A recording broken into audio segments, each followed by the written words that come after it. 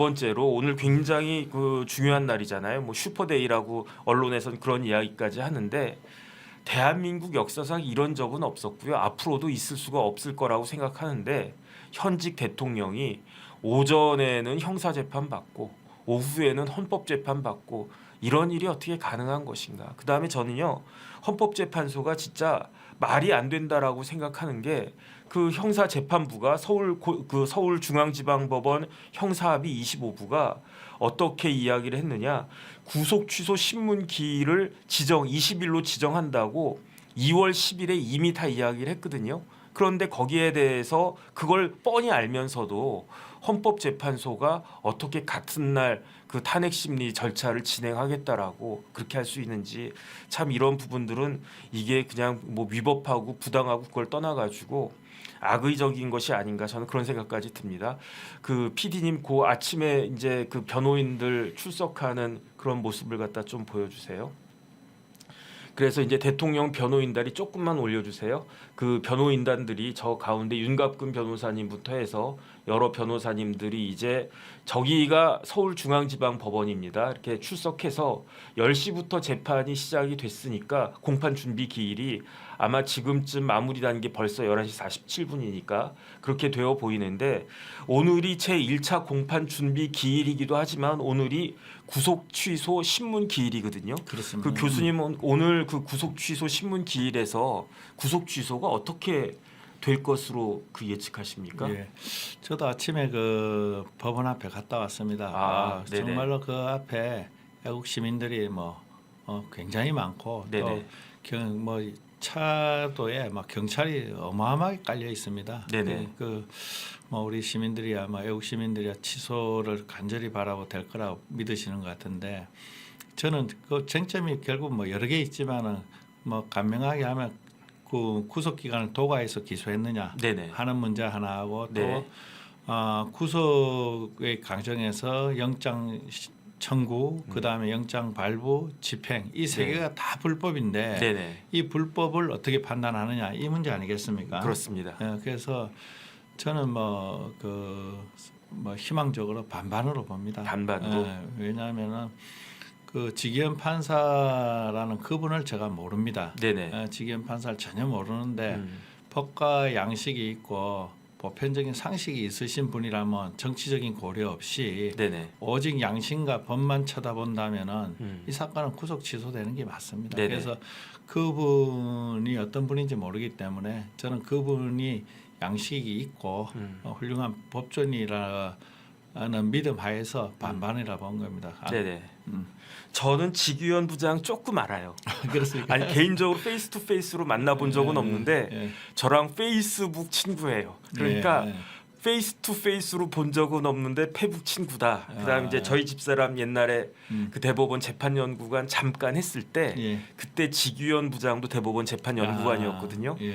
그런데 제가 이렇게 페이스북 글 읽고 그냥 가끔 페이스북 메시지 교환했던 것도 같고 그때 받은 느낌이나 그다음에 그 이후에 지규현 부장이 재판하는 거 쭉 보면 원리 원칙대로 본인의 소신에 따라서 법리에 맞게 이념에 따르지 않고 그렇게 재판하는 분이다. 저는 개인적으로 그렇게 생각을 하는데 그런데 조금 전에 이제 교수님 말씀하신 것처럼 제일 큰 쟁점은 뭐냐면은 구속 기한이에요. 구속 기한이 검사님 하셨으니까 더 잘 아시지만은 구속 기간이 원래는 열흘입니다. 열흘인데 법원에서 필요한 경우에 한해서 열흘 연장을 해줄 수가 있었는데 원래 검찰에서 공수처에서 먼저 그 열흘 갖다가 쓰고 그리고 난 다음에 검찰로 송부가 된 다음에 검찰에서 구속기한 연장 신청을 했었는데 그거를 중앙지법에서 받아주지 않았단 말이에요. 그래가지고 부랴부랴 이제 이런 문제가 생겼는데 원래 윤석열 대통령이 체포가 된 날이 1월 15일입니다. 그러면은 열흘을 잡으면 1월 24일 자정에 1월 24일 24시 00분에 여기 이제 그 구속기한이 딱 끝나게 되는데 그런데 윤 대통령이 언제 기소가 됐느냐? 1월 26일에 기소가 됐단 말이에요. 그러면 1월 24일 넘어서 1월 25일, 26일 넘어서 이틀이나 지난 다음에 기소가 된 거 아니냐? 그러면은 여기에 대해서 구속 기간이 도과가 된 것이 아니냐? 이런 쟁점이 있을 수 있는데 형사소송법에 따르면은 체포적부심이나 영장실질심사에 걸린 시간은 빼도록 되어 있거든요.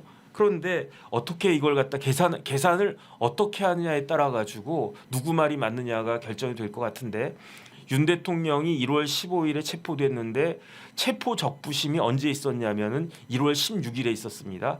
그러니까 오후 5시부터 오후 7시까지 딱 2시간 동안 그 체포 적부심을 했는데, 이거를 시간으로 계산하느냐 아니면 16일 하루 전체로 계산하느냐, 여기에 관건이고요.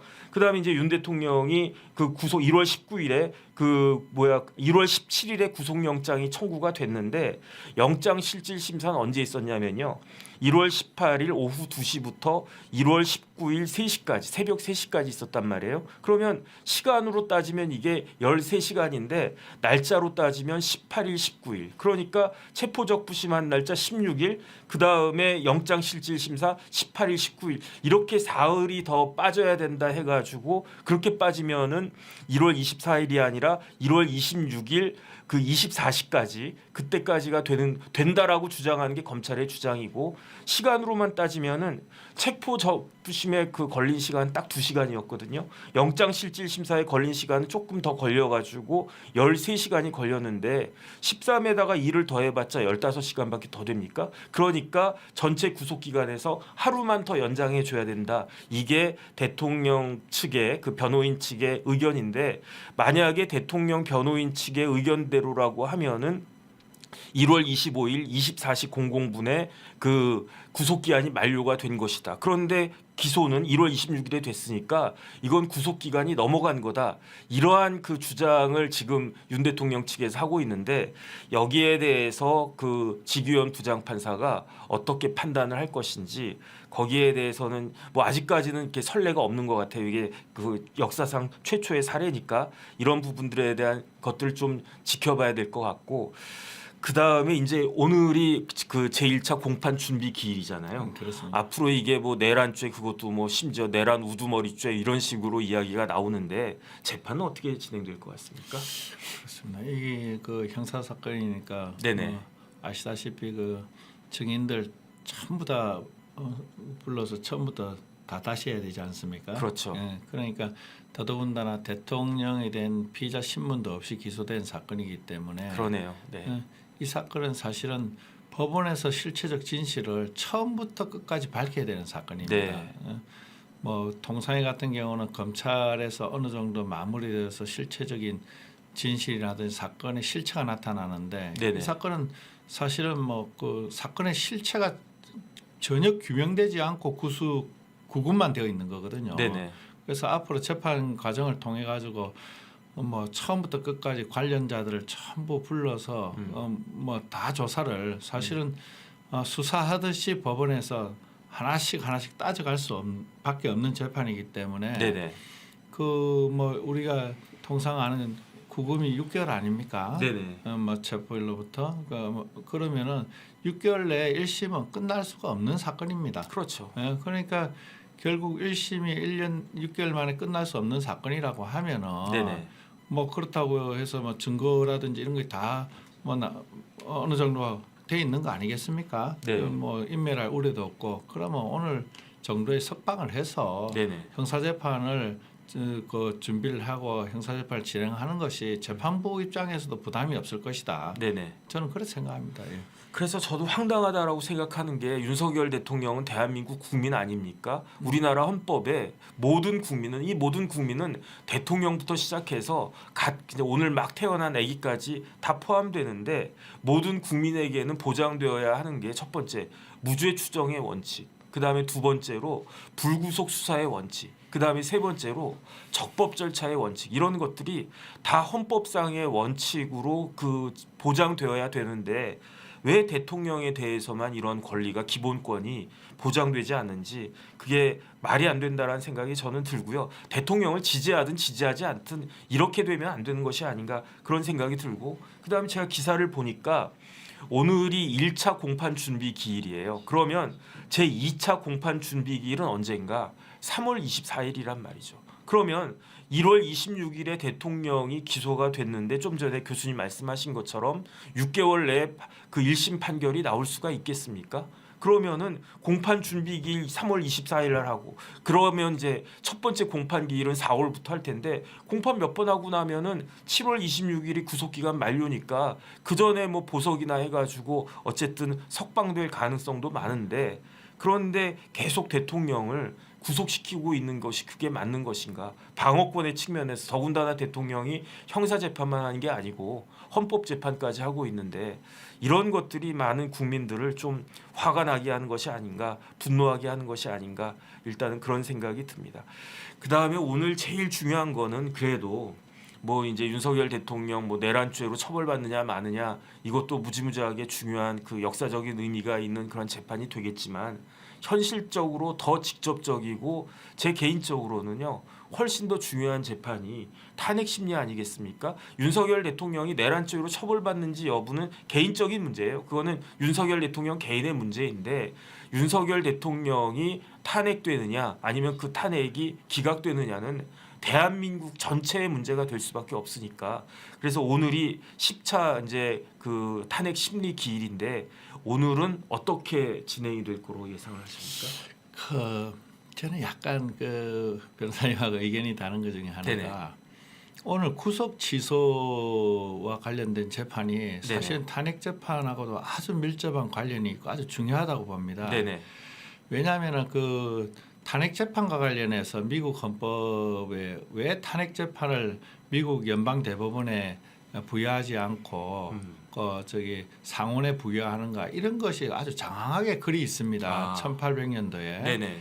왜냐하면 탄핵 재판이라는 것은 기본적으로 다수가 대통령을 탄핵하는 거기 때문에 네. 그때 그 공포 심리라는 것이 대단하기 때문에 소수의 재판관이 그거를 방어할 수가 없다는 겁니다. 네. 그렇기 때문에 그 만약에 대법원에서 연방 대법원에서 탄핵 재판을 할 것 같으면은 그러한 공포심을 극복할 수 있을 정도의 배심원단을 아주 많이 구성을 해야 된다라고 네네. 이야기를 합니다. 그처럼 그 탄핵 재판이라는 것이 굉장히 문제가 있기 때문에 그 8분이 지금 상당히 그 공포심을 느끼고 있을 것이다. 네. 이거는 인간이 이상은 누구나 똑같습니다. 그다음 지금 같은 경우는 더 할 거 아니에요? 더 할 겁니다. 네네. 그런데 이 구속 취소와 관련해서 만약에 이번에 구속 취소가 된다고 하면은 네네. 사실은 헌법재판소의 입장이 상당히 변화할 거다. 왜냐하면은 지금 내부는 제 생각에는 그 내부는 안 바뀝니다. 아시지 네네. 않습니까? 내부는 뭐 딱 그 탄핵 인용이고. 아니 그 중에 한 분이 교수님 연수원 동기잖아요. 죄송합니다. 제가 그렇습니다. 네네. 뭐 개인적인 이야기는 좀 그렇고. 네네. 여하튼 그 내부는 뭐 탄핵 인용인데 네. 나머지 네 분 중에 한 분은 약간 세모로 보지만 우리 세 분 그러니까 뭐 그 정영석, 조한창, 그다음 김복형 뭐 이 세 분은 사실은 이분들이 용기를 가져야 되거든요. 김복형 재판관하고는 대학 동기잖아요. 죄송합니다. 뭐 동기니 연선 뭐 동기니 뭐 대학 동기니 이렇게 이야기할 수는 없고 여하튼 네네. 그러다 보니까 이 세 분이 아주 뭐 힘을 내야 되는데 네네. 이분들이 힘을 낼 수 있는 여러 가지 요소들이 있지만 그 중에 하나가 오늘 그 구속 취소가 되면은 상당 부분 고무적인 요소가 될 것이고 네네. 힘을 낼 것이다. 네네. 좀 용기를 얻을 것이라고 생각합니다. 그래서 네네. 이번 탄핵 재판에서 오늘 그 구속 취소 여부가 탄핵 재판에도 아주 큰 영향을 미치는 요소가 되기 때문에 우리가 구속 취소에 대해서 아주 깊이 봐야 되고 아까 교수님 변호사님께 말씀했듯이 그 일로 계산할 것이냐 시간으로 계산할 것이냐와 관련해서 헌법의 대원칙 조금 전에 말씀하셨지 않습니까? 네네. 무죄 추정의 원칙이고 피고인의 이익으로입니다. 그렇죠. 항상 피고인의 이익으로기 때문에 검찰의 이익으로 검사의 이익으로지 아니지 않습니까? 그 길어봐야 15시간인데 그것을 이틀이라고 우기는 사흘입니다. 이틀도 아니고 이틀고 사흘이죠. 네네. 정말로 말도 안 되는 이야기죠. 네네. 그래서 우리가 늘 이야기합니다. 헌법의 가장 기본 원칙이라는 것은 우리가 역사가 발전하면서 만든 거 아니겠습니까? 그것이 무죄 추정의 원칙이고 피고인의 이익으로 해석을 해야 된다는 건데 어떻게 검찰의 이익으로 해석할 수 있겠습니까? 네네. 그래서 오늘 구속 취소가 저는 되는 것이 당연하다고 생각하는데 뭐 가능성에 대해서는 좀 다른 입장이지만 네네. 그리고 두 번째 그 구속 취소가 되는 것이 헌법재판에도 아주 중대한 영향을 미친다. 네네. 그래서 오늘 사실은 헌법재판소가 이렇게 정말 중요한 구속 취소를 막기 위해서 문영배 재판관이 정말 구속 취소 재판을 방해하기 위해서 이날로 지정했다. 저는 뭐 그렇게밖에 보지 않습니다. 네네. 그래서 아니 어떻게 재판관이 사법방해, 재판을 방해하는 행위가 있을 수가 있는가? 저는 네. 이거 전형적인 사법방해 행위로 봅니다. 네네. 문영배 재판관의 행위는 사법방해 아닌가요? 네.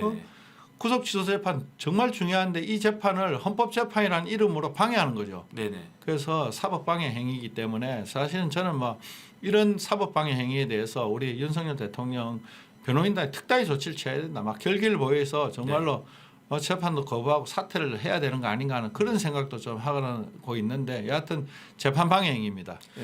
그래서 일반적으로는 공판 준비 기일은 공판 기일보다는 중요성이 좀 떨어질 수가 있죠. 그러니까 피고인이 당사자가 직접 출석하지 않아도 되는데 그런데 조금 전에 교수님 말씀하신 것처럼 오늘은 어떤 날이냐 공판 준비 기일만 있는 게 아니고 구속 취소에 대한 신문 기일이 있는 거란 말이에요. 그 다음에 구속 취소가 되느냐 되지 않느냐가 지금 교수님 말씀하신 것처럼 무지무지하게 그 중요한 거고 그렇기 때문에 그 담당 변호인 측에서도 윤 대통령 측에서도 신경을 많이 쓸 수밖에 없는데 어떻게 그날 같은 날 오후에다 그것도 2시에 처음엔 2시였단 말이에요. 1시간 늦춰줬지만 그렇게 할 수가 있는가? 그래서 저는 악의적이라는 표현을 갖다 썼는데 교수님은 더 고상하게 사법방해라 이렇게 말씀을 갖다 하신 거고요.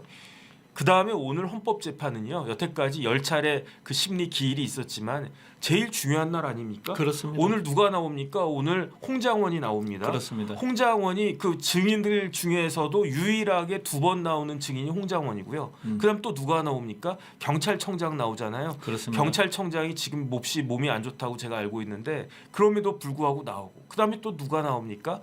국무총리가 나오잖아요. 한덕수 총리가. 그러니까 다른 날보다도 오늘 헌법재판 탄핵심리 절차를 위해서 변호인들과 대통령이 해야 할 일이 굉장히 많은데 어떻게 이렇게 이걸 갖다가 하는가. 이거는 방어권 보장한 거를 갖다 넘어서서 진짜 교수님 말씀하신 것처럼 사법 방해를 그것도 재판장이 하고 있는 것이다. 이건 진짜 제가 봤을 때 있을 수 없는 일이다. 그런 생각이 드는데 오늘 탄핵심리 기일은 어떻게 진행될 것 같습니까?